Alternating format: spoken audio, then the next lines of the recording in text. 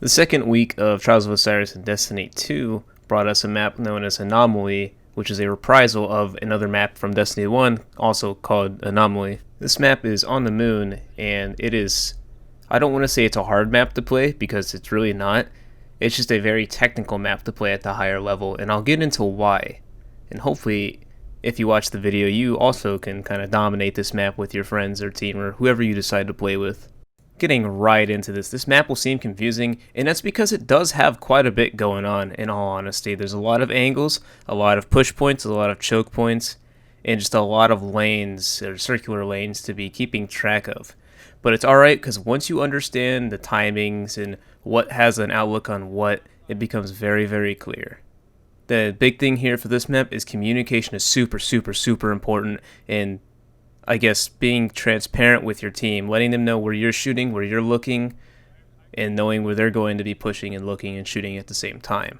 And so to start off, I took one of these like overhead bird's eye view maps from Destiny 1 and attached my own callouts to it, since all the pre-existing callout maps suck pretty big balls, so I took the liberty to make them myself, and I'll go ahead and run through these callouts as they're displayed on the screen currently.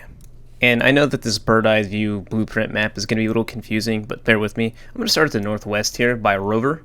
That is this nice blue square we have here. And it's called Rover because there's that little truck there. That truck looking thing. You'll know if you go in game. I'll show an in-game picture of it as well. Moving on from that, we have Generator. I don't actually know why it's called Generator, since I don't really see a generator there, but maybe it's in the back or something. To the east of that, we have the Generator Cave, which is just conveniently named because we don't have one long cave callout. And we'll move procedurally into this. Going back towards the middle of the map, we have Table, which is where the objective spawns and is a primary fighting point. S1 and S2 is in reference to side hall, which is what the S means, and the 1 and 2 refer to the numbers painted on the outside of the hallway if you're looking at them from middle.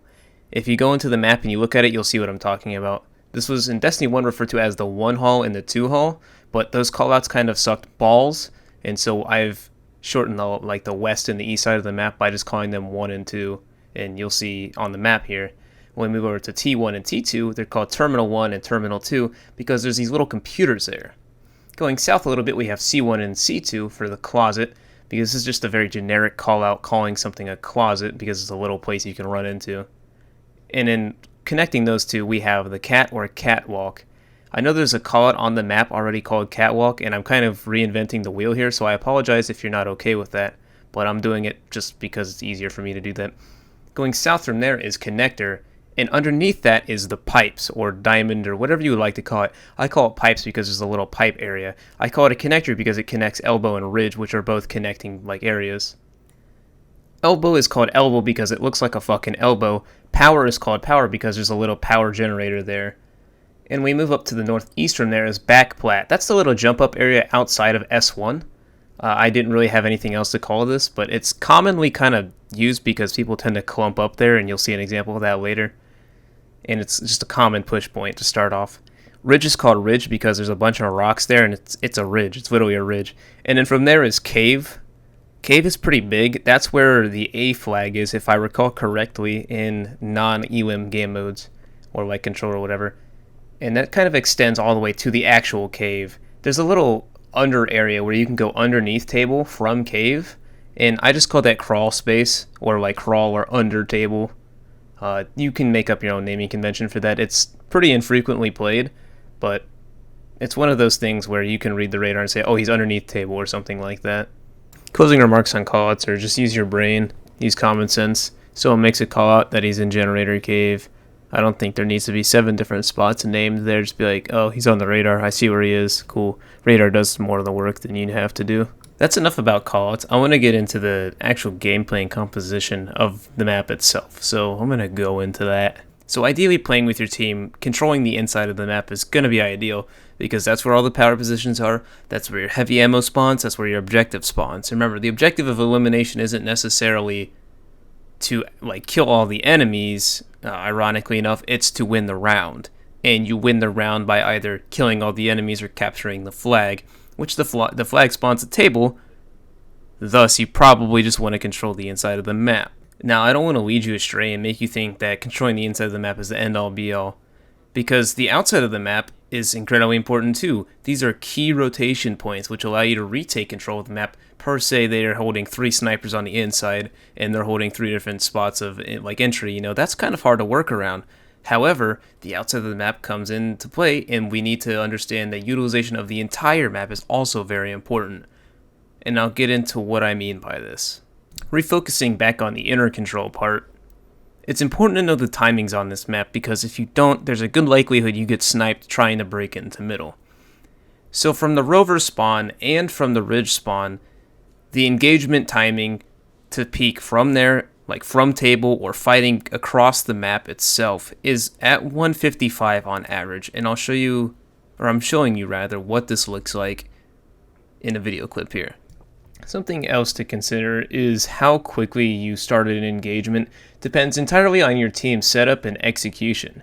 As you see in this video clip again, I'm opting to run through this way, and as you can see, Giggs there was at the table before 155 because of transversive steps. He made the call out that there was a bunch of players over this direction, so I decided to fight it out here. I put in suppressing fire, supporting fire, and here you see me fighting a bunch of other people now because I was actually a little late on this push. But fortunately, I'm able to clutch it up there with the 4-piece. And that should give you a frame of reference just how quickly shit can go down on this map.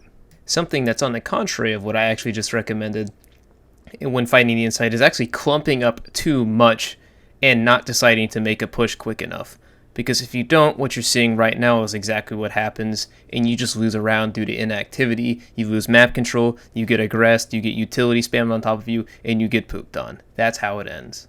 To finalize the thoughts when it comes to the inside control, I'm not gonna give hard set angles that you should be peeking with the sniper and all that, because I feel like you should know those, and if you don't, you'll probably find them out after a couple rounds of playing.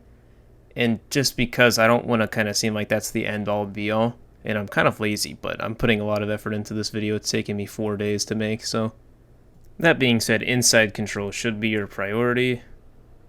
And just make sure to actually control the inside, not sit in a random spawn or sit in one spot with your whole team. It's important that you have at least one person covering your backup angle at any given time. If that can't be possible, make sure you're able to rotate into that.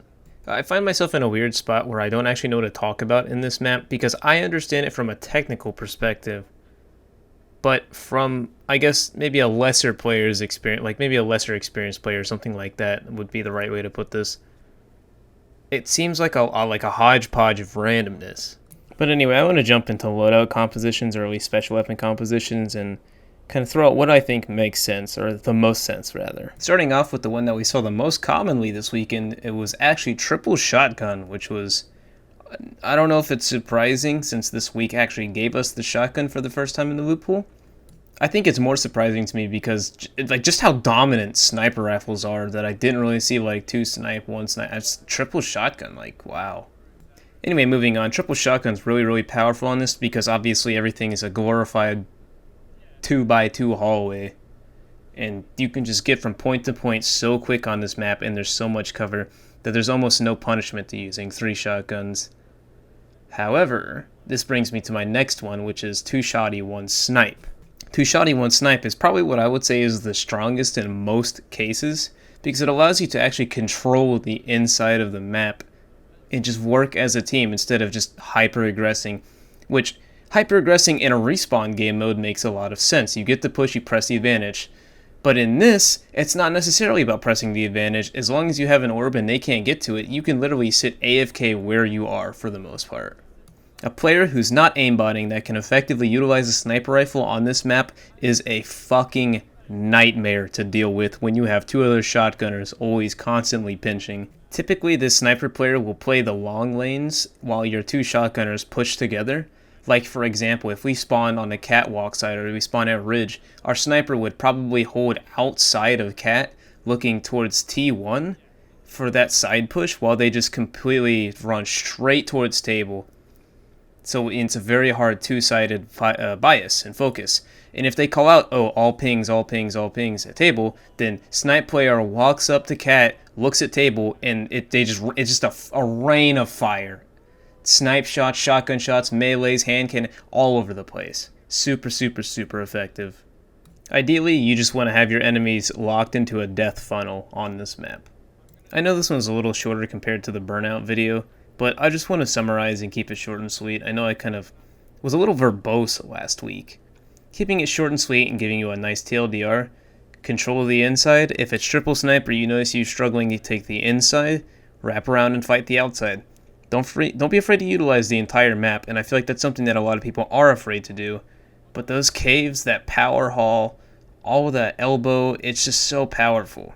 Once you can get a hold of that, you can maybe force an enemy to engage you. You can wrap around that entire way and fight a three-way fight with your team. There's a lot. Just use a creative part of your brain, and I promise you can probably get this map down to a T easily.